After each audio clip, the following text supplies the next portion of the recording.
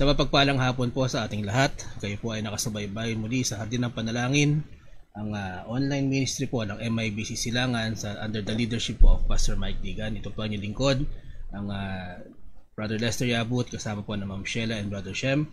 At muli namin kayong inaanyayahan sa isang oras po na tayo po ay makapanalangin sa isa't isa at tayo po ay makarinig din na salita ng Panginoon. Bago po tayo magsimula, batiin po muna natin Ma'am Joyce Digan, Ma'am Jenny Napay Rapista, good afternoon po. Sister Carmelita Belen, good afternoon. Ma'am Baby Villamiel, magandang hapon po. Kay Mary Ann Araya, magandang hapon din po sa iyo. Nanay Susan Jose, good afternoon. Kay Sister Helen Ortiz Paras, magandang hapon din po. At kasama rin po natin ngayon ang Nanay Elvie Rivas, Deacon Joseph Crame, magandang hapon po. At kay Ma'am Esther Orhino, magandang hapon din po. Ayan. And then kasama rin po natin Ate Lisa Hardiniano, Teacher Elite Jose, good afternoon. Nanay Susan Jose, good afternoon din po. Sister Bing Rain Severino, magandang hapon po. At kay Ate Beth Akong, magandang hapon din po. Ayan po. At tayo po ay magsimula na sa ating gawain sa pamamagitan po ng panalangin. Let us pray. Ama naming banal na nasa langit, maraming salamat po sa muli niyong pagkakataon na binigay sa amin at pribilehyo po na kami po ay magkasama-sama ngayong hapong ito upang kami po ay makalapit sa inyong paanan, Panginoon, upang aming maibigay ang aming mga kahilingan, ang aming mga panalangin. Dalangin namin, Panginoon, ang paggabay niyo sa hapon na ito at ang pag-inyo pong pagpapala ang alang kahilingan para sa lahat po ng nakikinig. Maraming po salamat, Panginoon. Ito ang panalangin sa pangalan po ni Jesus. Amen at amen. At Nanay Tuding Severino, magandang hapon po. Ayan. At batiin po muna natin ang mga nag-birthday ngayong week starting October 28 ay si Sister Rowena Fausto at si Sister Gillian Siapno. Ayan. Belated happy birthday po. And then ngayong araw na to, ang Pastor Pitts Balarag, si Angelo Entor, at si Rafael Valdez. Happy birthday po sa inyong tatlo. Then sa 31 naman po, Pastor Mike Digan, ang kanyang pong kapatid na si Sister Sherilyn Digan Valdez, at ang pinsan ko po na si Eric Broas ay nagdiriwang po ng kanilang kaarawan. November 1 naman po, si Lisa Lopez, si Ethel De La Paz, at si Tatay Mario Saria ay nagdiriwang ng kanyang birthday. November 2, si Sister Milka Digan, si Joros Lasaga, si Jenlyn Aguilar at si Nanay Lilia Santos naman po ang magdiriwang ng kanilang kaarawan. And sa November 3, si Tito Frank Zapata at si Pastor Raul Diaz. And then November 4 naman po ay si Sister Jana Orara at si Daniel Miller at si Bing Rain Severino. Ayan po, advance happy birthday po sa lahat po ng ating nabanggit. And then dadako po tayo sa ating mga wedding anniversaries. October 28, Pastor Rodel and Sister Sheila Torres. And then November 2 naman po, si Tito Frank and Tita Percy Zapata. Ayan po, at happy wedding anniversary po sa lahat po ng ating nabanggit. Then church anniversaries po, ang MIBC Antipolo at ang MIBC Silangan ay sa November 24. Ayan po. Praises, ang lingkod ay nagpupuri sa araw-araw na kalakasan na binibigay ng Panginoon sa talino at wisdom na patuloy niyang binibigay para sa atin at sa ating privilege po, no, na kanya pong binibigay para sa inyong lingkod. At patuloy na pag-iingat po sa aking pamilya. Ayun po, at patuloy tayo magpuri sa Panginoon sa mga bagay na binibigay niya sa atin. Minsan kasi hindi lang natin ramdam yung pagpapala ng Panginoon, pero kung tayo mag-iisip lang, makikita natin yung mga non-material blessings na kung wala ang Panginoon ay wala din tayo. Praises din po, safe travels ng Brother BJ, Sister Mate. Sila po ay nandito sa Pilipinas ngayong sa panahong ito at kaya medyo busy din po ang ating mga schedule sapagkat syempre yung pagkakataon sandali lamang naman po sila rito upang makapiling ang kanilang mga mahal sa buhay. Kaya yun po ang medyo ipaprioritize po natin. Ayan po, at bago po tayo magpatuloy, magandang hapon po kay Tita Annette Kiben. Magandang hapon po mula dyan po sa Quezon. Ayan. Ano po natin? Ayan. Dadako po tayo sa ilang mga sick brethren na loved ones. Patuloy po natin ipanalangin ng Tito Frank Zapata sa kanyang condition. Medyo critical po, ano, so let us pray for his healing and recovery. And then Auntie Ninita Sarya, patuloy po natin siya ipanalangin. Siya po ay naoperahan na, no, sa kanyang hindi ko maalala pero siya po ay nag-undergo ng surgery sa kanyang ovary at nawa po ay makikita na ang talagang sanhi ng kanyang karamdaman. At siya po ay currently na dinadialysis din po para sa kanyang kidney problem. And panalangin po natin ng financial needs po at complete recovery ng aking pong tiyahin. At sama rin natin sa panalangin sa Ma'am Sheila. She was brought to the hospital yesterday dahil masakit po ang kanang bahagi ng kanyang muka. Medyo 2 araw na pong masakit at hindi na siya makatulog, kaya I decided to bring her to the hospital yesterday. At siya po ay hindi na sinatalab ang yung mga over-the-counter medicines, kaya siya po ay niresetahan na ng antibiotic. At patuloy po natin siya ipanalangin for her recovery. Brother Shem, meron pa rin cough and colds. And sama natin sa panalangin ng recovery ni Ate Tetty Guzman. Ano po, patuloy po natin siya ipanalangin. And sama natin sa panalangin ng ating mga expectant mothers, Sister Gracie Gismundo, Sister Miriam Miller, at si Dr. May Halili. And then sa ilang prayer request po, no? Kung meron po kayong mga prayer request, kayo po ay mag-comment lang. And then tayo po ay ipapanalangin po natin yan kasama ng ating buong listahan mamaya. Nagbago pa yun. Okay. And then kung kayo po ay mapapadaan, pagka request po namin ay mag-comment po kayo, no? Kahit emoji lang, para mamaya mabati po namin kayo lahat. At sama natin sa panalangin, may bagyo pong darating, si Bagyong Leon. At bahay po sa ating nakakalap na impormasyon, ito po ay natawag nilang Category 5. At panalangin natin ang Pilipinas at nawa po ay tayo po ay ingatan ng Panginoon. Po. Sama po natin sa prayers ang ating elders and senior citizens, no? Ang Nanay Elvie Rivas, Sister Baby Villamiel, Tatay Ferdy and Nanay Amiha Nyabut, ang Tatay Tony and Nanay Chedeng Chua, ang Nanay Norma Castillo, Sister Susan Orara, Sister Evelyn Kikep. Sama natin sa panalangin Sister Linda Gismundo, Richard Renato and Sister Esther Orhino, Brother Frank and Sister Percy Zapata, Auntie Jovita Digan, ang Ima Zeni Paras, Sister Helen Ortiz Paras, Sister Rosa Gutierrez, Nanay Lucia Buenaflor, Sister Dory Santos, Nanay Faye Carpio, Nanay Gertrude Severino, Nanay Yoli Jacinto.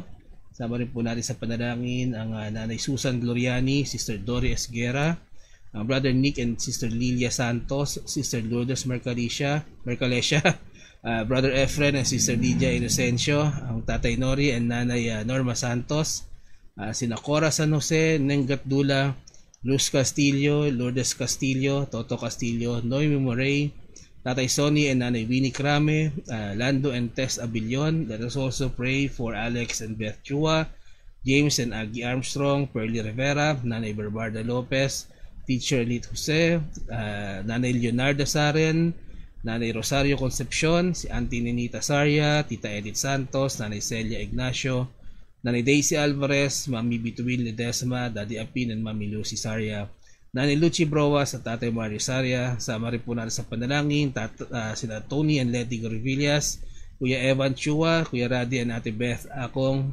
sina Corazon Bernardo, Milagros Loquiao, Rowena Galdones at Auring Borja. Ayun po, magandang hapon po kay Pastor Nel Datur. Good afternoon po at congratulations po sa inyong nakalipas na Word Conference. And then kasama rin po natin ang Ma'am Jenny Rapista. Good afternoon po. And then regards din po kay Pastor Gerald. Ayun po. Tignan ko lang po ito. Okay, from Mary Ann Araya, isama po natin sa panalangin ang kanyang pamangkin na si Ariana Christine na may ubo at nananamlay. Sige po, isama po natin yan sa ating prayers. And then Brother Cyril Escobar ay magandang hapon din sa iyo. Sama po natin sa panalangin ng ating mga online ministries. Ano po? Ardi ng panalangin at ang Bountiful Feastings on the Divine Verses with Bishop De Vega, May Kaagapay with Pastor Nel Datur, of Word and of Prayer with Pastor Neil Kikep. Kasama po dyan ang Preacher Jabez Orara and Preacher June Espieto at Deacon Joseph Crame and Deacon Kent Bestrus. And then sama rin po natin sa panalangin ang maitiyak na kaligtasan, ano po, MTNK with the FIBAP pastors. Ano po. Yan lamang po muna ang ating mga babanggitin na ilang prayer request. Patuloy lamang po kayo na magpadala ng inyong mga Thanksgiving or prayer request at yan po ay babanggitin natin mamaya. At this point mo muna ay makakarinig tayo ng isang tanging bilang.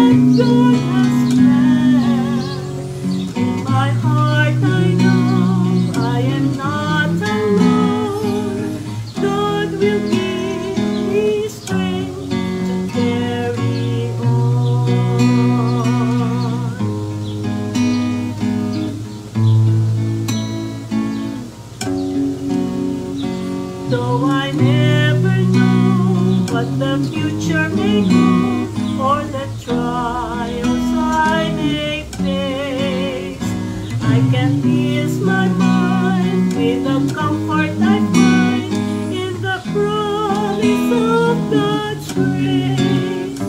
When there's sadness in my heart, and my life seems torn apart,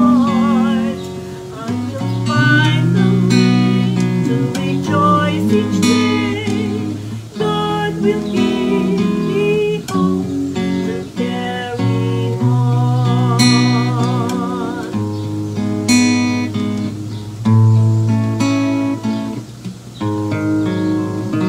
When the storms of life surround you, you will feel God's arms around you, bringing comfort. Sorrow, giving hope to face tomorrow. At the break of day, as you waken and pray, always know that God is near, guiding all you do, ever faithful and true. You will never do to fear.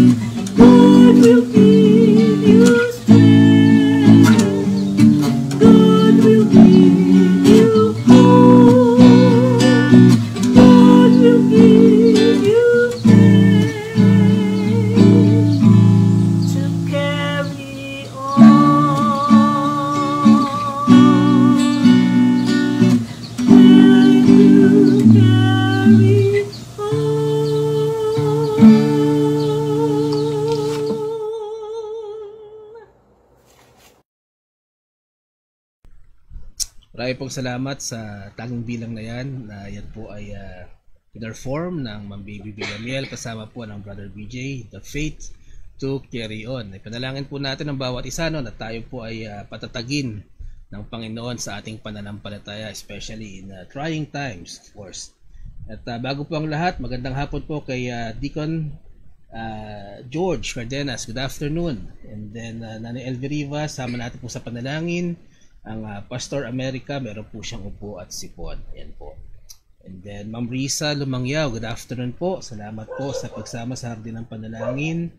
And then from Nanay Tubing, praise po sa patuloy na kagalingan ng kanyang anak na si Rogelio Severino. Sama natin sa panalangin ang spiritual growth ng kanyang mga pamilya, kanyang mga mahal sa buhay. At tingnan ko lang po Ayan. Yan po ang ating praises po from Nanay Tuding. Magandang hapon din po. Salamat po sa pagsama sa amin, Nanay Daisy Alvarez. At maaaring kasama nyo dyan si Kuya Dennis at si Desa. Ayan po. Preacher Manny Nicolas, magandang hapon po at salamat po sa pagsama sa Hardin ng Panalangin. Ayan po, tayo po ay tutungo na sa maikling devotion this afternoon. And if you have been watching Hardin ng Panalangin from last week, we are trying to have a series. At tawag po natin dito ay ang Fruit of the Spirit series. Itutuloy po natin yan ngayong hapong ito. And please turn your Bibles to the Book of James, chapter 1. Yan. Book of James, chapter 1. Ang verse po natin ay from 19 to 21. James 1, 19 to 21. And the Bible reads, "Wherefore, my beloved brethren, that every man be swift to hear, slow to speak, slow to wrath. For the wrath of man worketh not the righteousness of God. Wherefore, lay apart all filthiness and superfluity of naughtiness, and receive with meekness the engrafted word, which is able to save your souls." Tayo po'y manalangin. Ama naming banal na nasa langit, maraming salamat po sa inyong salita na aming pagkukuhanan ng lakas na espiritual ngayong hapong ito, Panginoon. Patuloy kong dalangin ang mga puso ng mga nakikinig na nawa po, Panginoon, ay inyong buksan. Ang aming mga kaisipan, Panginoon, ay maintindihan po namin ang inyong banal na kasulatan. Ano ang mensahe po ninyo sa amin ngayong hapong ito at paano namin po ito magagawa sa aming mga buhay. Maraming salamat po, Panginoon, at sa ang inyong pong lingkod ay muli niyong itago sa inyong likuran upang marinig po nila ngayong hapong ito ang inyong salita, ang inyong kalakasan, ang inyong kaluwalhatian, Panginoon, at hindi po akong aking mga pagkukulang at kahinaan. Maraming salamat, Panginoon. Ito ang aking panalangin sa pangalan po ni Jesus. Amen at Amen. Fruit of the Spirit series, ang ating po pag-uusapan ngayon ay temperance. Temperance needs perseverance. Yan po ang ating title. Temperance needs perseverance. Tulad po na nabanggit ko last week, ang ating pong tinalakay ay meekness. At narinig din po naman natin sa ating main text ngayon, sabi ni James, receive with meekness the engrafted word. Kaya very timely po, at talagang magkakadugtong itong fruit of the Spirit na binabanggit po sa Galatians 5:22 to 23. Kung may Bibles po kayo, you can go to Galatians 5 para mabasa niyo po ang sinasabi ko dito. Ang fruit of the Spirit na binabanggit po rito ay love, joy, peace, long-suffering, gentleness, goodness, faith, meekness, at ang ating tatalakayin ngayong hapong ito ay temperance. Medyo inuna natin yung mga dulo sapagkat sa mga dating Hardin ng Panalangin ay natalakay na po natin ng love, natalakay na rin po natin yung peace, at unahin po natin yung hindi pa natin na pagtutuunan ng pansin, and then Lord willing po ay makumpleto natin ang Fruit of the Spirit series. Ayan po. And ano ba ang ibig sabihin ng temperance? Sa Tagalog, ito ay pagtitimpi or pagpipigil.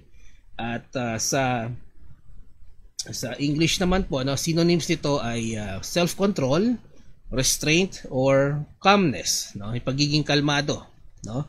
So, sa tingin ko po, isa itong behavior, isa itong trait or fruit of the Spirit that requires practice, that requires awareness, and also requires the help of the Holy Spirit. At tulad po ng title natin ngayong habang ito, to perfect temperance, it needs perseverance. Kailangan po ng pagtitiyaga. Hindi ito nakukuha doon sa isang try lang. Sapagkat mamaya malalaman natin kung bakit kailangan ng pagtitiyaga pagdating sa pagpapakita ng pagtitimpi or pagpipigil. Paano ba natin mapapractice yung temperance? So how to practice temperance? Una, syempre, awareness. Basahin po natin ang Proverbs, Punta po tayo sa Book of Proverbs, sa Old Testament, dito maraming nuggets of wisdom na kung mabasahin lang po natin at i-apply natin sa ating buhay, nako, napakaganda. Proverbs 21:2, no? Sabi po ng banal na kasulatan, every way of a man is right in his own eyes, but the Lord pondereth the hearts. Ano po tayo? Ang ating pagtuunan ng pansin yung unang part. Every way of a man is right in his own eyes. The first step is awareness, no? Nakita niyo ba or narinig niyo na po ba yung kasabihan na ang unang step to solve the problem is i-admit mo muna na may problema, no? The first step para gumaling ka ay kailangan mo munang i-admit na meron kang sakit. So, when you admit something, you are made aware. Diba? Kung problema yan, nagkaroon ka ng awareness na may problema. Kung yan ay sakit, diba? Nagkaroon ka ng awareness o sa Tagalog ng awareness ay hindi ko alam. Awareness na kayo ay may sakit. No? Medyo nawawala tayo ng vocabulary. So, sa verse po na binasa natin, unfortunately, no? Ang tao, ang nature ng tao, ang tingin niya sa sarili niya ay laging tama. Agree ba tayo doon? No? Ang tingin mo sa lahat ng ginagawa mo, tama. Ba? Sa lahat ng sinasabi mo, tama. Sa paningin mo, no? Kaya nga po, di ba, kapag may namatay, di ba? Mapapansin nyo, siguro hindi lang sa Pilipinas, no? Pero kapag may namatay po sa atin, ay, napakabait na bata niyan, no? Wala pong kaaway yan. Wala pong kasalanan yan. Dito sa Pilipinas, uso yan. Walang nagsasabi na itong batang yan o itong tao na yan. Yan kinuha ng Panginoon dahil siya ay gumagawa ng masama. Wala. No? Sa mga lamay, siguro kasama na rin ng ethical, pagiging ethical dahil bilang Pinoy na tayo ay sensitive sa mga bagay na yan. Namatayan na nga, sasabihan mo pa ng masama. Pero kasi 'di ba sa testimony ng mga tao, ng mga kaibigan, lagi tayong mabait. Lagi tayong mabuti, para bang hindi tayo nakagawa ng kasalanan. O kaya ikaw ba ay mayroong kaibigan, no? Naranasan niyo na po ba na mayroong kayong dalawang kaibigan, nag-away. Tapos nung kinausap mo, syempre may kwento siya. Sa kwento niya, siya yung tama, at sa kwento ng isa, siya rin yung tama. So hindi talaga mahirap talaga, no? Na siyempre, kwento mo yan, Siyempre, ikaw yung bida. So, nature natin, no? Nature natin na tayo, ang tingin natin sa sarili natin, tama. Pero bilang mananampalataya, medyo hindi po maganda, no? Na tayo hindi marunong tumingin o makita ang ating pagkakamali. Na tayo, hindi natin minsan tayo marunong din tumanggap, no? Ng rebuke.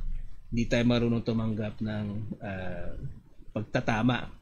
Hindi po makakristyanong ugali yan, no? Kasi kapag hindi po tayo marunong tumanggap ng pagtatama, ng rebuke, pag hindi natin, kung wala tayong awareness, no, na tayo ay may pagkakamali, para bang sinasabi ba natin na mas magaling pa tayo sa Diyos? Kasi ang alam ko, Diyos lang ang hindi nagkakamali, Ang sabi nga sa Biblia, di ba? For all have sinned. So, ibig sabihin, lahat tayo nagkasala, lahat tayo nagkamali. So, mahirap para sa isang mananampalataya ang hindi marunong tumanggap ng pagkakamali at hindi marunong tumanggap ng pagtatama. Sapagkat pagka ganun po, wala pong growth, walang maturity. So, yan ang nature ng tao. Unfortunately, ganun tayo, no? Kaya nga, mahalaga na meron tayong awareness ng ating shortcomings o pagkukulang. Katulad nung pagiging aware kung tayo ba ay kulang sa pagtitimpi o kulang tayo sa self-control o tinatawag na temperance. Yan ang unang step, di ba? Meron ka ba nito o wala? No? So, mga kaibigan, paano tayo magiging self-aware ng isang bagay kung ang tingin natin sa sarili natin ay lagi tayong tama? So, kailangan natin ng mas mataas na standard kung saan natin pagbabasihan yung ating righteousness, yung ating katwiran. At wala na pong hihigit pa sa standard ng Panginoon. Sa standard natin, lagi tayong tama. Kaya nga mali yun, Dapat merong isang standard na mas mataas sa standard ng tao. So, yan po ang God's standard. So, unang step, awareness. Diba? How to practice temperance?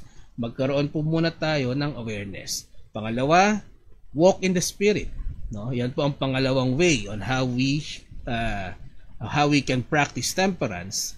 Sabi sa Galatians 5:16, sabi po dito, "This I say then, walk in the Spirit, and ye shall not fulfill the lust of the flesh." Ito ang sinabi po ng Apostol Pablo, no, sa mga taga-Galacia, no. Kung gusto mo na magkaroon ka ng fruit of the Spirit, diyan din po natin kinuha yung verse natin kung saan natin kinuha yung mga fruit of the Spirit na sinasabi sa Biblia. Pero sabi nga ni Pablo sa mga taga-Galacia, kung gusto nyo magkaroon ng bunga ng Spirito, the fruit of the Spirit, you have to walk first in the Spirit.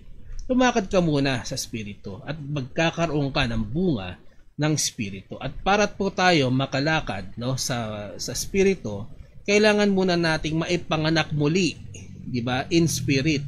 We need to be born again in the Spirit. Otherwise, paano natin malalaman yung daan na dapat natin tahakin, yung daan ng, the way of the Spirit, to walk into the Spirit, kung hindi naman tayo kung wala naman tayo sa Spirito, if we are not born in the Spirit, at patuloy tayo lumalakad sa daan na karnal. No? So, awareness and walk in the Spirit. Yan ang sinasabi na, sabi naman ng ating Apostol Pablo. Sabi nga po sa John 6:63, no? Sabi ng ating Panginoong Jesucristo. Basahin po natin. Itong sinabi niya. John 6:63, "It is the Spirit that quickeneth, the flesh profiteth nothing. The words that I speak unto you, they are spirit, and they are life."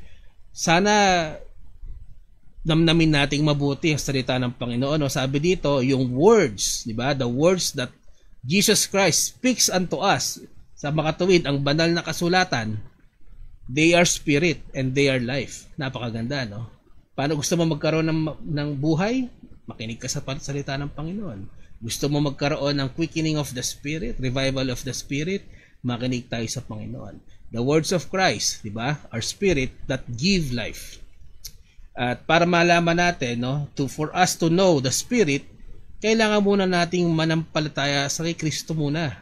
Di ba? So, ano yan before we walk in the Spirit, di ba, we need to be born in the Spirit muna. And for us to be born in the Spirit, we need to first believe in Jesus Christ. Kasi sabi nga niya, ang salita niya, ang Spirito at buhay. Kung hindi tayo nananampalataya sa ating Panginoong Jesucristo, asan yung salita, asan yung buhay, asan yung Spirito? Wala. So may order. Ano po? Ano ba ang dapat nating panampalatayaan sa ating Panginoong Jesucristo? Na siya ang ating tagapagligtas. Na siya ay Diyos na nagkatawang tao, na buhay sa atin dito sa mundo na walang kasalanan, at kahit siya man ay walang kasalanan, siya po ay pinarusahan, at imbis na tayo po ang parusahan sa krus ng Kalbaryo, siya na po ang nagpakasakit at namatay sa krus.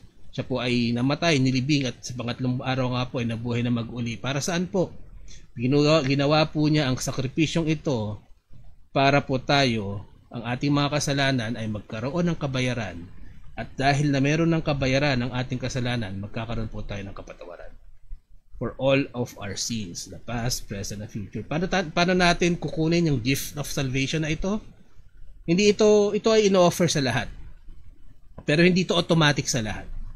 Kailangan po muna nating hingin ang regalo na ito. Paano natin ihingin?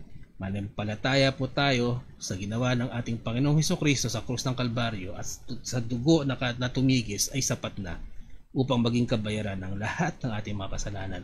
And that is how we receive the gift of salvation. And that is when we have the gift of salvation, then we are saved from the punishment of hell. Ano po? Tandaan po natin, from the punishment of hell. Ano po? Kasi minsan yung iba, iniisip nila, pag nanampalataya sila kay Kristo, yayaman sila Ang iniisip nila, pag nanampalataya sila kay Kristo, wala na silang problema dito sa lupa. Hindi po ganun. Hindi po makatotohanang doktrina iyon. Wala namang ipinangako ang ating Panginoong Kristo na pag sumunod ka sa Kanya, yayaman ka. No? Kayang ibigay ng Panginoon, don't get me wrong. Pero ang sabi ng ating Panginoong Kristo, take up your cross and follow me. No? Hindi take up your wallet and follow me. So, doon pa lang, di ba, paset natin expectation. Ang pagiging Kristiyano, no, ay pagsunod kay Kristo. Muna, manampalataya sa Kanya, magtiwala, no, at sumunod sa yapak niya. Ang kaligtasan po natin ay spiritual mula sa impyerno. Ayan. So, at least malinaw yan, no? So sa ating mga kaibigan, kung kayo po ay nanampalataya ng buong puso at nagtiwala sa ating Panginoon bilang iyong tagapagligtas, then the Bible says that we are born again in spirit, in the family of God. Tayo ay nagkakaroon ng karapatang tawaging mga anak ng Diyos, no? At nagkakaroon tayo ng new man, tinatawag na spiritual man. Kasi ngayon po tayo ay karnal eh. Pero kapag tayo po ay nanampalataya sa ating Panginoon Jesucristo, diba, our spirit are revived. At ito po yung tinatawag na new man, man of the spirit, at meron tayong man of carnality. Yan po ang nangyayari sa atin pag tayo nanampalataya. And itong spirito na to, no, na dahil dating patay, dahil sa kasalanan, na-revive nung tinanggap natin yung gift of salvation through Jesus Christ. So na ngayon, meron ng indwelling of the spirit. So sana nakikita natin yung relasyon, you want to have the fruit of the Spirit, you need first to walk in the Spirit. Before you need to walk in the Spirit, you must be born again first in the Spirit, in the family of God. And we can only do that by believing and trusting our Lord Jesus Christ as our Lord and our Savior. So meron pong siyang sequence, no? Hindi yung basta nilagay lang dyan. Merong order. I mean, our God is a God of order, sabi nga, di ba? So, ngayon, mayroon ka ng espiritu, no? Meron ka ng indwelling, ngayon, maiintindihan na natin ang sinasabi ng banal na kasulatan ng Holy Bible. It is with the Spirit that we understand the words of the Bible. It is with the help of the Holy Spirit. Di ba? Kaya nga tayo nananalangin bago tayo magbasa ng Biblia para tayo tulungan ng Holy Spirit na maintindihan natin ang salita ni Kristo. At ito po ang sinabi sa salita sa ating binasa kung ano ang salita ni Kristo. Ang salita ni Kristo ay Espiritu at buhay. So, ang ganda, no? Kita natin yung relationship na before you can have the fruit of the Spirit, you need first, diba, to believe in Christ so that you will understand His words, which is Spirit, and then you can walk in the Spirit. No? Sana lahat tayong mananampalataya, magkaroon tayo ng quick check. No? Are we walking in the Spirit? Kasi baka pag hindi at hindi naman natin naiintindihan ng Spirito, bakit naman hindi pa tayo ligtas? No? It all starts with our salvation. So, ngayon, dahil naiintindihan na natin ang sinasabi ng banal na kasulatan, naiintindihan na natin na ang pagiging quick to anger is wrong, diba? Maintindihan na natin na kung ikaw ay mabilis na magalit, mali. Pag ikaw ay mabilis na mag-judge, mali. Pag ikaw ay mabilis na magsalita, diba? Salita yung kung anong lumabas sa utak mo, bigla mo sinasabi, ito ay mali, no? Kasi yun kasi sinabi ni James din sa ating main text. Diba? Kung babalikan natin dito, let everyone be swift to hear. Makinig ka. Dapat doon ka mabilis sa pakikinig, hindi sa pagsasalita. Sabi dito, slow to speak, slow to wrath. Ngayon nagkakaroon ka na ng understanding, no, sa mga salita na nasa Biblia.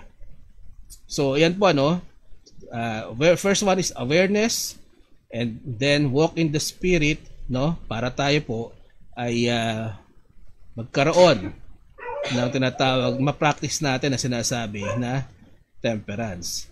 Na ngayon, kung meron ka ng temperance, di ba, alam mo na, yung awareness, meron ka ng, you are trying to walk in the Spirit, you can now start practicing na ma-exercise po natin, no, yung temperance para tayo lumago, no, at magkaroon tayo ng pagbabago bilang isang tao na lumalakad sa Espiritu.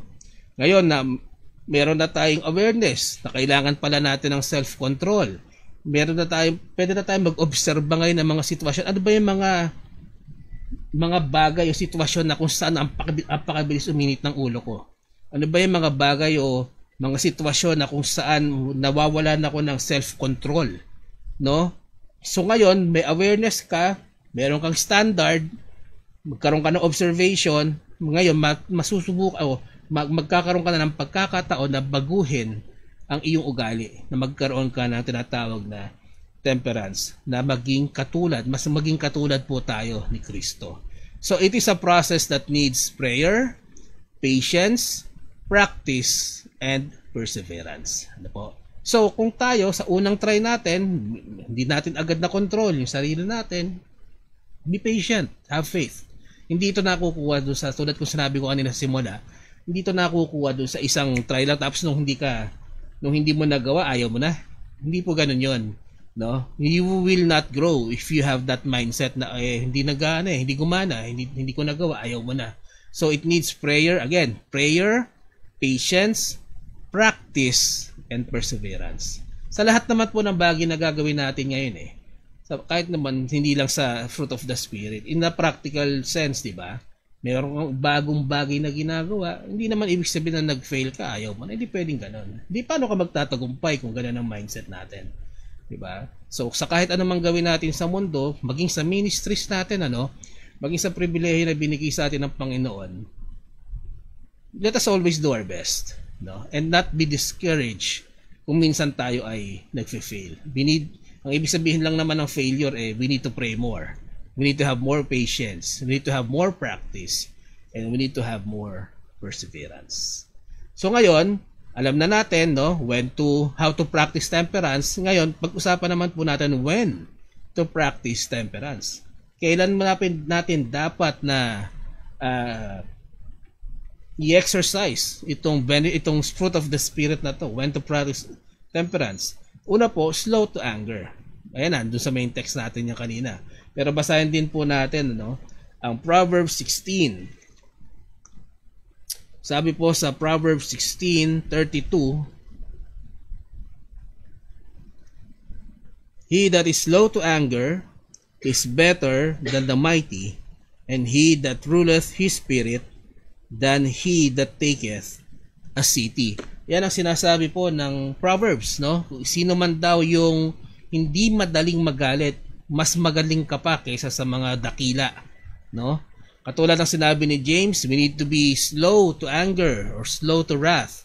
Kasi alam niyo po, yung galit, yung emotion na yan, actually hindi lang sa anger sa ilang emotion din natin, we need to be very discerning. We need to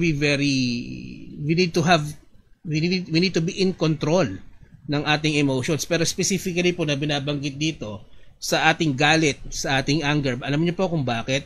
Kasi yung anger natin, yung galit, it's a gateway, an expressway kung saan pwede po tayo magkasala. Naniniwala po kayo doon? Pag galit ka, di ba? Napakadali mag-isip ng kung ano-ano. Napaka-impulsive ng tao. Pagka inuna mo yung galit na emosyon, para bang evil thoughts are crowding your brain, Last week, minention din po natin na pwede naman tayo magalit, without sinning. Saan po ay mababasa nyo sa Ephesians 4:26. Napakatalino lang po ng Panginoon kasi syempre, alam naman niya ang galit ay emosyon. At galit ay natural sa tao. Pero pwede pala tayong magalit nang hindi tayo nagkakasala. Pero maging honest po muna tayo, Maging honest tayo.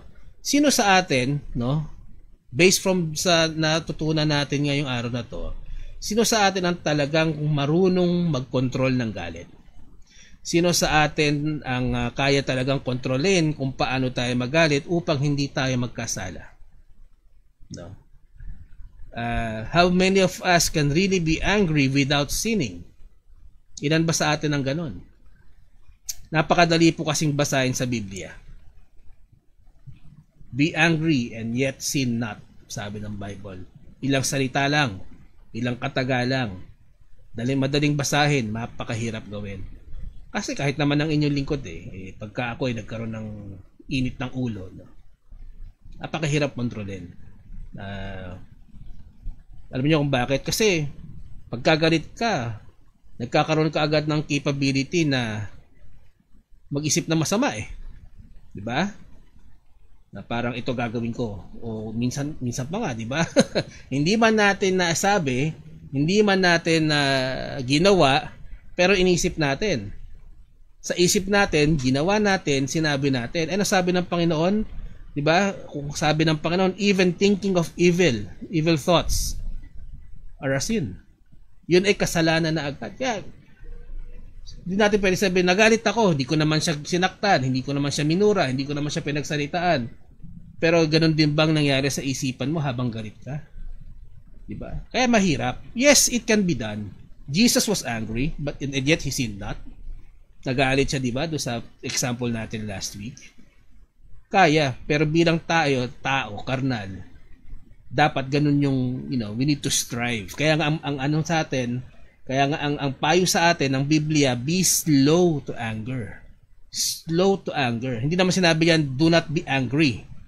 No? Sabi lang, be slow to anger. Bakit? Kasi, di ba? Pagka tayo ay kumbaga i-check muna natin yung emosyon natin. Kasi meron namang mga sitwasyon na dapat tayo magalit eh. Diba? Meron tayong mga sitwasyon na mararanasan na we need to be angry, no? Pero bago tayo magalit, let us make sure una that we have the right to be angry. Baka naman galit-galitan ka lang, wala ka naman palang karapatang magalit sa sitwasyon na yan. Diba? Pero kung ang sitwasyon na yan calls you to be angry, yes, be angry, but sin not. Yan ang sabi ng Biblia, no? Kasi emotion ng tao yan eh. Kasama yan, nature natin yan. Pero ang dapat nating ingatan, that we need to be slow in anger, is that it is a gateway to sin. Kaya dapat natin siyang ingatan. Pangalawa, sabi ng ating main text, slow to speak, no? So una, slow to anger. So when to practice temperance, una sa anger, be slow to anger. Pangalawa, be slow to speak.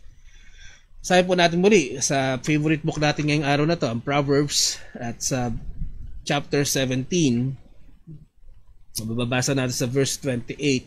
Sabi rito, even a fool, when he holdeth his peace, is counted wise, and he that shutteth his lips is esteemed a man of understanding. Sabi po ng Biblia, no, kahit ang mangmang, kapag hindi nagsalita, parang matalino. Counted wise, sabi rito. At ang mga tao na marunong, di ba, mag-control kung kailan niya ititikom ang kanyang bibig at kung kailan niya ibubuka ang kanyang bibig, is a man of understanding. Esteemed, sabi dito, esteemed a man of understanding. Ang ibig po sabihin dito is we should always try to understand everything before we speak. Hindi yung nakarinig ka ng ganito, lalalala, di ba? Marami kasi sa atin po nakikinig, hindi nakikinig para sumagot, no? We listen to respond. Hindi tayo nakikinig para maintindihan ang sinasabi nung kabilang nung tao, no? Most of the time, di ba? Hindi natin nakikinig lang tayo para alam natin kung ano isasagot natin. Hindi tayo nakikinig para maintindihan natin ano ba nararamdaman ng tao na kausap natin, ano ba yung problema ng tao na kausap natin. Kasi we listen to defend ourselves. No? So, especially sa mga confrontation, pagka tayo po ay may confrontation na nagaganap, no? Usually gano'n ang nangyayari. Pansinin niyo lang, minsan obserbahan niyo, no? Pagka may nagsasagutan. Hindi naman talaga hindi sila nakikinig para intindihin yung sitwasyon eh. Hindi sila nakikinig para maintindihan kung paano i-resolve yung problema. Nakikinig sila para maibabato sila ang sagot doon sa kausap nila. No? Usually this happens, no? Pagka nangyayari ito, we are very eager to speak. Hindi pa natatapos minsan yung salita, yung sentence ng kausap natin nagsisimula ka na eh. Kaya lalong walang pagkakaintindihan eh. Bakit? Kasi we are very eager to defend ourselves. Kailangan nating ipagtanggol ang ating sarili. Bakit? Kasi sa tingin natin tayo ang tama. Remember? 'Di ba? Sabi din ng Proverbs, ang nature ng tao, ang tingin niya siya ang tama. Kaya we are very eager to defend ourselves. We are very eager to respond. We do not listen to understand. No? Kasi kailangan nating patunayan. Tama tayo. Kailangan nating i-justify kung inaakusahan man tayo ng ating pagkukulang o ng ating kasalanan, na kailangan nating ma-justify kung bakit natin ginawa yun. Bakit? Kasi tama tayo. That is the nature of man. Kaya nga, ang mga taong, di ba? Obserbahan niyo lang, no? Base sa narinig niyo ngayong hapong ito, obserbahan niyo lang. So you see, walang real solution, di ba? Kasi wala namang understanding. Parehong party hindi naman nakikinig para ma-resolve yung problema, kundi nakikinig lang para magtaasan sa bawat isa. So, do you think the conversation will end well? I don't think so. No, lalong lalalim ang sugat, lalong lalalim ang gap, lalong lalalim ang di pagkakaintindihan na, di ba? Hanggang sa nagkaroon ka na ng kaaway. Di ba? Kaya sabi ng ating Panginoong Jesus di ba? Sa Biblia, sabi ng Apostol Pablo, if possible, live peaceably with all men. So doon pa lang, hindi mo na na-exercise ang pagiging mananampalataya mo. Hindi nakikita si Kristo sa iyo. No? Nagkaroon ka pa ng kaaway. Dapat nga, di ba? Bilang mananampalataya, kung tayo ay nakakaintindi, kung kausap man natin na hindi mananampalataya, dapat mas mature tayo. Dapat mas nakikita nila si Kristo sa atin. No? Para mas, di ba, magkaroon pa tayo ng pagkakataon, maakay pa sila sa pananampalataya No? Pero kung tayo, di ba, ganun na makipag-usap, katulad din nila, so what's the difference? Anong pagkakaiba natin? So listen, no? Merong wisdom dito sa salita ng Panginoon. Be slow to respond. Practice temperance in your conversations. Bakit? Kung tayo ay slow to respond, nagkakaroon ka ng oras mag-isip Nagkakaroon ka ng oras to digest. Nagkakaroon ka ng oras para maintindihan ano ba ang tunay na problema dito. Diba? Baka naman hindi talaga ikaw ang problema sa sinasabi ng kausap mo. Baka meron na siyang naranasan. Baka meron lang sitwasyon sa buhay niya na nakatago sa mga sinasabi niya, sa binabato niya sa iyo. At doon natin pwedeng magkaroon, di ba? If we are slow to speak, di ba? We are given time to really contemplate and really understand, to think logically, to control our emotions, di ba? So that we can have a solution before responding. Napakaganda na isusunod na kataga na sasabihin mo sa kanya solution, di ba, to the problem. Hindi yung dagdag pa sa nangyayari, no, sa nagiging conversation. So, because you are slow to respond, no, yun nga, it focuses more on understanding and solution.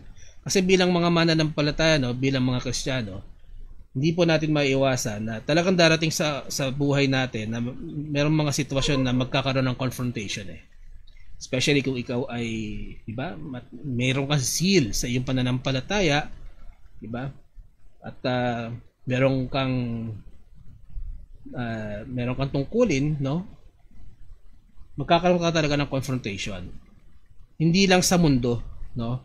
And minsan within the brethren, within the sa loob ng kapatiran, sa loob ng simbahan, nagkakaroon din ng confrontation. Hindi maiwasan 'yan.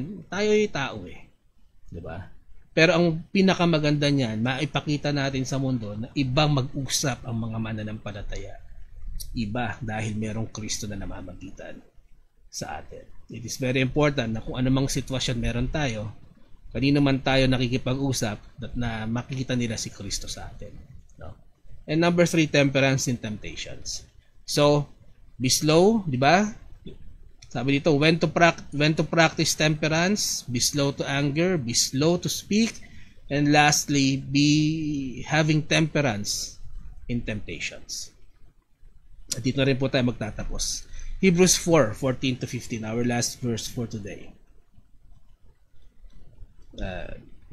Yan. Hebrews 4, sabi po ng verse 14 to 15, seeing then that we have a great high priest that is passed into the heavens, Jesus the Son of God, let us hold fast our profession. For we have not an high priest which cannot be touched with the feeling of our infirmities, but was in all points tempted like as we are, yet without sin. So lastly, di ba, we should control ourselves kapag tayo ay nakakaranas ng temptation or tukso. Yung tukso na tayo bumalik sa ating mga kasalanan, yung tukso na magkaroon ka ng pagkakasala, no?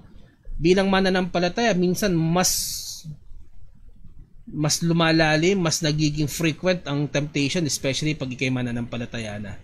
Kasi wala naman pakialam ang diablo sa iyo kung wala ka kay Kristo no? Okay lang, wala ka naman kay Kristo di ba? Pero pag na kay Kristo ka na, diyan na magsisimula, no? meron ka ng bagong nilalang sa iyong katawan, meron ng struggle ngayon yan. Mag-give in ka pa ba sa temptation? Masarap gawin yung mga dati mong kasalanan eh, di ba? So, yan yung yan pa lang, temptation na yan eh. Babalik ka ba sa dati mong gawin? O ikaw yung papatuloy sa paglago mo sa Panginoon? So, yan ang isa sa pinakamalaking temptation sa mga, especially sa mga bagong mananampalataya. Pero bilang mga bagong nilalang kay Kristo, we should be avoiding sin, di ba? As much as we can. Oo, bayad lahat ng kasalanan. Oo, bayad kahit gagawin mo pa lang, bayad na yan. Binayaran ni Kristo. Bakit? Biyaya niya ay sapat eh. Di ba? Ang kanyang biyaya, ang kanyang dugo, di ba? Naging biyaya para sa ating kapatawaran. Yan ay sapat. Sabi nga ni Apostol Pablo, shall we continue in sin so grace may abound? No. God forbid. Diba? Hindi dahil bayad na ang mga kasalanan mo, may lisensya kang magkasala. Sabi nga ng Biblia, do not grieve the Holy Spirit. No? At nangyayari yan kapag tayo ligtas na pero patuloy tayong nakasawsaw sa ating mga kasalanan. Hindi ko naman sinasabing hindi na tayo magkakasala. Tayo po ay karnal, di ba? Nasa katawan karnal pa rin tayo. Kaya nga meron tayong temptation at darating yung mga panahon talaga magkakasala pa rin tayo. Kaya nga purihin ang Panginoon dahil ang grace niya is sufficient sa ating pagkukulang. At darating po ang oras na pag tayo po ay muling binuhay na ng Panginoon o kung tayo maabutan natin yung tinatawag na rapture, kukunin tayo ng Panginoon. Sabi po ni Apostol Pablo, in a twinkling of an eye, we shall all be changed. No? Yung katawan nating karnal mapapalitan ng glorified body na katulad ng glorified body ng ating Panginoong Kristo nung siya po ay nabuhay na maguli. At pagka tayo po meron ng glorified body, hindi na po tayo magkakasala. No? Wala na tayo sa carnality Hindi na tayo magkakasala. Pero ngayon, as of today, di ba? We have the spirit, pero we are still housed in the carnal body. Kaya we are really looking forward, dun sa glorified body na ibibigay sa atin ng Panginoon. And katulad po sa sinabi ng verse na binasa natin, we have a great high priest in the Lord Jesus Christ na siya rin po ay tempted like us in all points. Nagutom din siya, nasaktan din siya, nalungkot din siya, pinagkanulo rin siya. Tempted in all points. And sabi dito, and yet without sin. Sabi sa verse 14, we should hold fast our profession. Ano ba ang profession natin? Our profession is being Christians, is being followers of Christ. Diba? And our goal is to be like Christ. Baka hindi natin alam, mga mananampalataya, ang profession natin ay maging Kristiyano. Hindi po to label. Ito po ay profession. At kung sa profession natin, sa trabaho natin, pinagbubutihan natin, dapat mas pagbutihan natin yung profession nating spiritual. Yan ay pagiging Kristiyano, Sabi dito, hold fast our profession. And if Christ was tempted but did not sin, diba? Alam natin na He practiced the strongest form of temperance. The strongest form of temperance. At yun ang dapat nating tularan. We should strive to have that type of temperance or pagpipigil. So, we should do the same. Hold fast and avoid temptation. You pray every day. You read the Bible for spiritual strength. You exercise temperance. These are our weapons, diba? Against temptation. Prayer, Bible reading, knowing the scripture, and exercising the fruit of the spirits. Yan ang ating weapons against temptation. So mga kapatid, let us be aware. Let us know ourselves. Let us walk in the Spirit. Let us be better every day. Let us exercise temperance. Isa sa mga fruit of the Spirit that we should have as mature Christians. Nawa po yung naging pagpapala ang ating short devotion this afternoon. Tayo po ay tutungo na sa pananalangin. And we always encourage everyone to stay with us until we finish our prayers. And then mamaya po ay mababati na namin kayong lahat. Okay.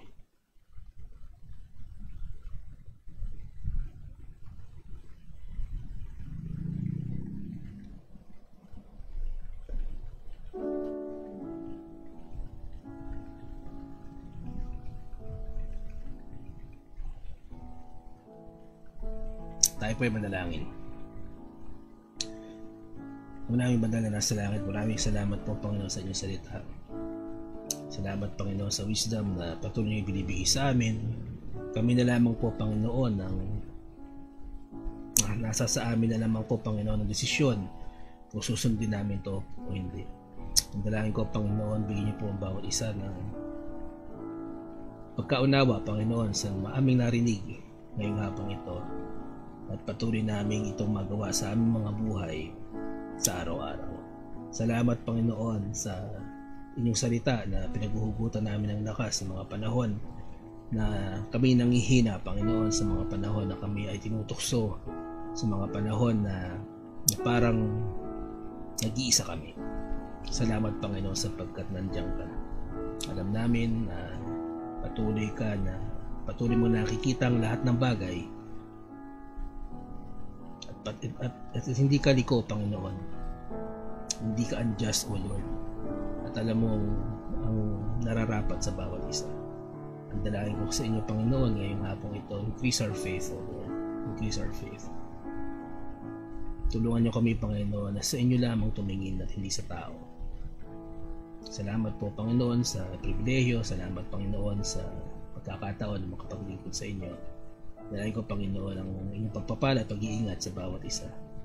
Salamat po Panginoon sa mga nagdiwag ng kanilang karawan at pagdidiwag pa ngayong linggo na ito. Dalangin ko, bigyan niyo po sila ng mahabang buhay at pagpiyay at pagpapala Panginoon, at magamit po sila Panginoon para sa inyong kaluwalhatian. Dalangin ko rin Panginoon ng lahat po ng nagdidiwag ng kanilang wedding anniversaries, patuloy yung pagbukturin ng kanilang pagsasama. Maging sentro po kayo Panginoon ng kanilang pagsasama. Nilapit ko Panginoon ng mga churches na magdidiwag ng anniversary ngayong November, ang MIBC Antipolo at MIBC Silangan. Patuloy yung gabayan Panginoon ng mga leaders ng mga gawain ito Panginoon, at patuloy naming magawa ang aming tungkulin Panginoon na inatang niyo po sa amin. Papasalamat kami Panginoon sa inyong habag sapagkat ligtas na nakauwi po ng Pilipinas ang Brother BJ, Sister Mate, Tito Telma, at nagkaroon po kami ng opportunity Panginoon na makasama po muli sila. Salamat din po Panginoon sa patuloy niyong pagbibigay ng kalakasan at kagalingan kay Rogelio Severino, at patuloy kong dalangin Panginoon ang spiritual growth ng kanyang pamilya. Salamat po Panginoon sa inyong habag. Ang dalangin ko ay patuloy niyong kahabagan ang mga mahal namin sa buhay na may karamdaman. Si Loreline Ampuan Panginoon na may hyperthyroidism. Si Jeffrey Noche po Panginoon na may masakit ang tiyan, kayo po ang magpagaling sa kanila. Si Ana Pulido na may goiter problem, at si Angelina Vitoriano na na-stroke, kayo po magpagaling sa kanila.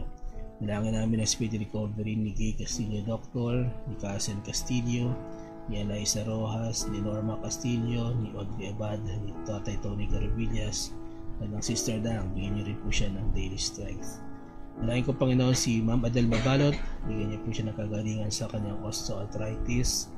Good health po para kay Ian and Brian Magsarivic. Dalangin ko po Panginoon si Ima sa kanyang health, kanyang karamdaman. Nilapit ko Panginoon ang mga baby Benjamin, bigyan po ng mga isang kalusugan. Meron po siyang hyperacidity and high blood pressure. Maging ang recovery po ni Geraldine Tenko Panginoon ay aming nilalapit sa inyo. Nilapit ko Panginoon ang Nanay Elvie Rivas, meron po siyang sakit sa likod. Dalangin ko rin Panginoon ang sina Ermilio Hapitana, meron po siyang bukol sa kanyang leg, kayo po magpagaling sa kanya. Dalangin ko rin Panginoon ang Mama Glo Agudon sa kanyang kalakasan at kalusugan. Si Ate Lisa Ardiñano na meron pong gout and arthritis and high cholesterol, kayo po magpagaling sa kanya. Mag-isa kanyang mga anak na si Marlon and Moises, meron po silang hypertension and hyperthyroidism. Mag-isa kidney problems po ni Moises, kayo po magpagaling sa kanya. Lapit namin Panginoon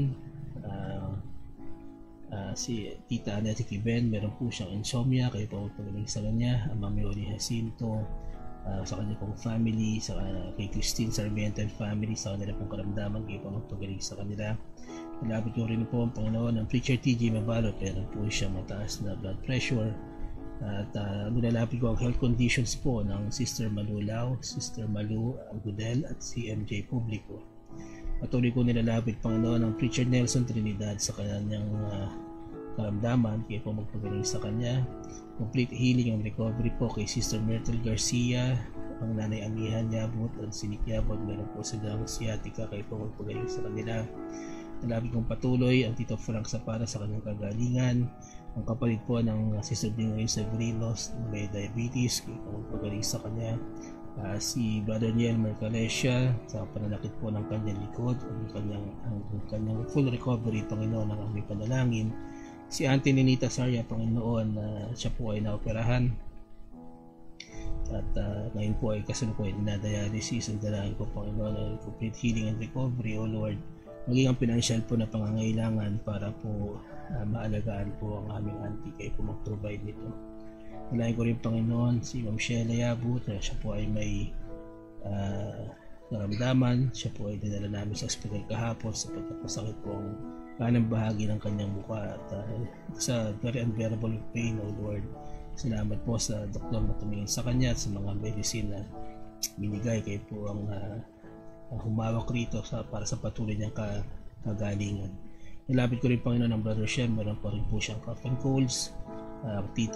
Si Ate Teddy Guzman, Panginoon, dalahin ko ang kanyang recovery. Dalahin ko rin, Panginoon, si Aliana Christine, meron po siyang ubo at nananamlay, kayo po magpalakas sa kanya. Si Pastor Manny America, Panginoon, na may ugot sipon, kayo rin po magpagaling sa kanya. Diabetes po ni Mary Ann Laurel Bukat, Panginoon, kayo rin po magpagaling sa kanya.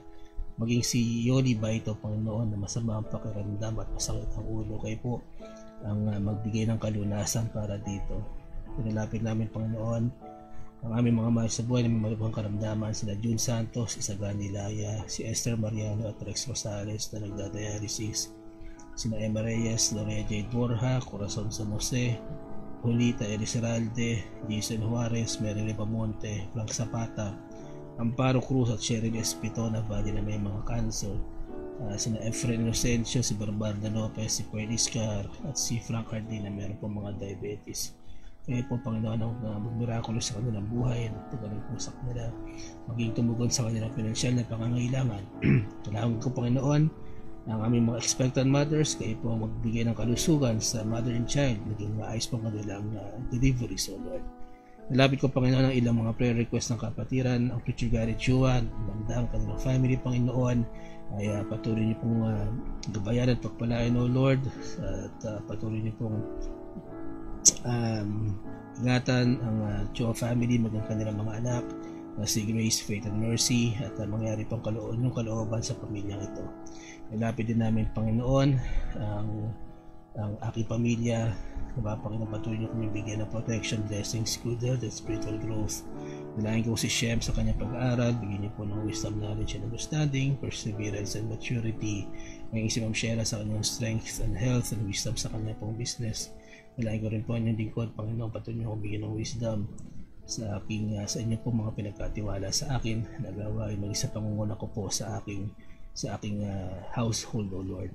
Nilayan ko, Panginoon, ang Brother Robert Soriano sa pag-ayos po ng kanilang petition papers, ang Nanay Doris Santos, bigyan po ng physical and spiritual strength. Nilayan ko rin, Panginoon, ang Ma'am Joyce Tigan and Tigan family, patuloy yung pagpalain at ingatan. Ngayon din, Panginoon, sina Sister Malula and family, bigyan po ng spiritual growth and God's protection.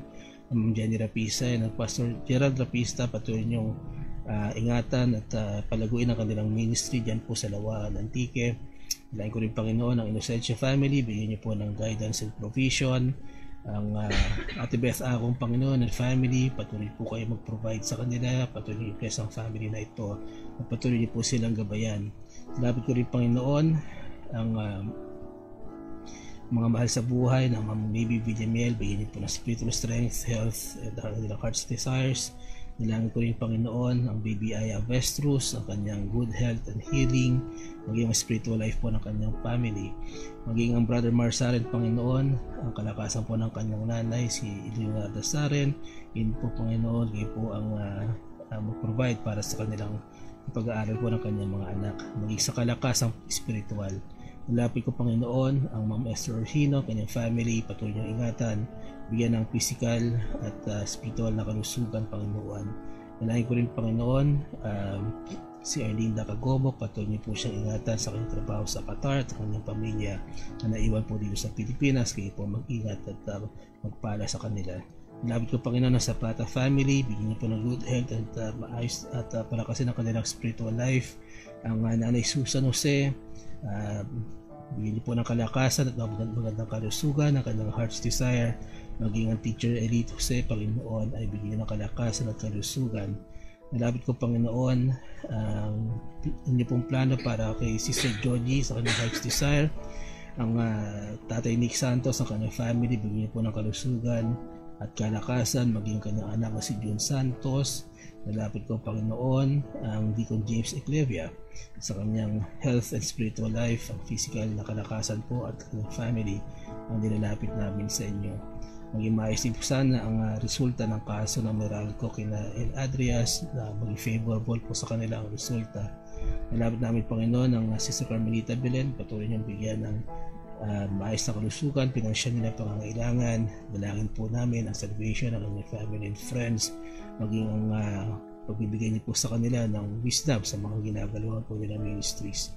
Nalapit namin, Panginoon, ang Sister Lynn Hapitana, maayos na kalusugan para sa kanyang pamilya at patuloy na pag-iingat. Si Bingrin Severino, Panginoon, ingatan niyo po kanyang mahal sa buhay. Ang Nanay Tuding at Nanay Marisa, bigyan niyo po ng kalakasan, kalusugan at patuloy niyo pong gabayan, Panginoon. Nilapit namin, Panginoon, ang safe travels po ng Ma'am Jenny Rapisa and Pastor Gerald papuntang Batangas. Kayo po ay magbigay ng inyong traveling mercies po para sa kanila. Nalapit din namin, Panginoon, ng Pilipinas. Ngayon po ay magkakaroon pa ng isa pang bagyo na Panginoon ay patuloy niyo ingatan ang bawat isa. Salamat po, Panginoon, at sa mga nabanggit po namin mga senior citizens and elders kanina, kayo po magpala, nagbigay ng pinansyal nilang pangangailangan at pagpagaling po sa kanilang mga karamdaman. Maging ang mga online services, O Lord, na nabanggit kanina, kayo po patuloy na mag-provide ng pagpapala, Panginoon, kaya mag-provide ng wisdom para po sa mga nangangaral online, maging sa mga pinagkatiwala niyong ministry sa bawat isa, Panginoon. Kayo po ang kalooban niyo, Panginoon, ang mangyari po rito. Salamat po, Panginoon. Dalayan ko sa lahat po ng nakikinig ngayong hapong ito, kanilang mga prayer requests, special personal prayer requests, ang kanilang heart's desires, at ang kanilang panalangin, Panginoon, ay patuloy niyong magamit para sa kanilang spiritual growth. Ang mangyari po ang inyong kalooban para sa ministry na ito. Nilapit ko, Panginoon, ang aking mga kaibigan, mga mahal sa buhay, ang kanilang kaligtasan, Panginoon, ang aming panalangin, makilala po nila ang aming Panginoong Jesucristo bilang Panginoon at Tagapagligtas. Maraming salamat po, Panginoon. Salamat po sa inyong kahabagan at sa inyong biyaya ngayong hapong ito. Ito ang aking samot dalangin sa pangalan po ng aming Panginoong Jesucristo. Amen at amen. Amen. Ayan, maraming salamat po at kayo po ay nanatili na kasama namin hanggang sa pagtatapos po ng ating ministry.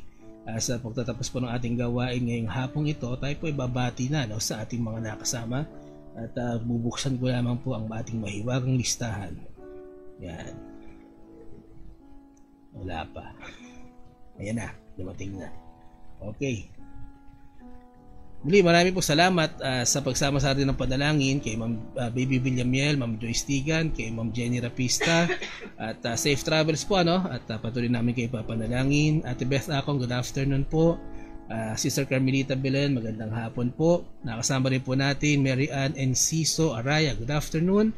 Si Nanay Susan Jose, good afternoon po. Si Nanay Sister Helen Ortiz Paz, magandang hapon po.